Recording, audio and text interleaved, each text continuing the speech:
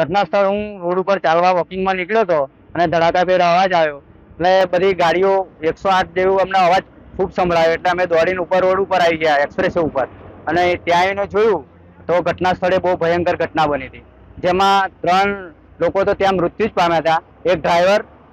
એક બેન હતા,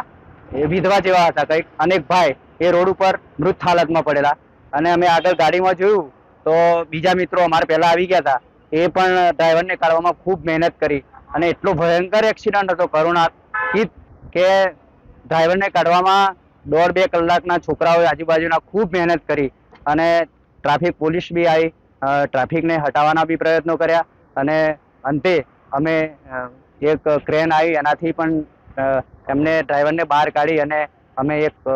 ધીરજનો શ્વાસ લીધો. એક્સિડન્ટ તો અમને ખબર નથી, પણ પછી ગાડીને આગળ આવીને અમે થોડું જોયું તો આગળ એક ટ્રક આડો થયેલો હતો અને એક ત્યાં ગાડી જીજો 5 નંબરની ગાડી હતી.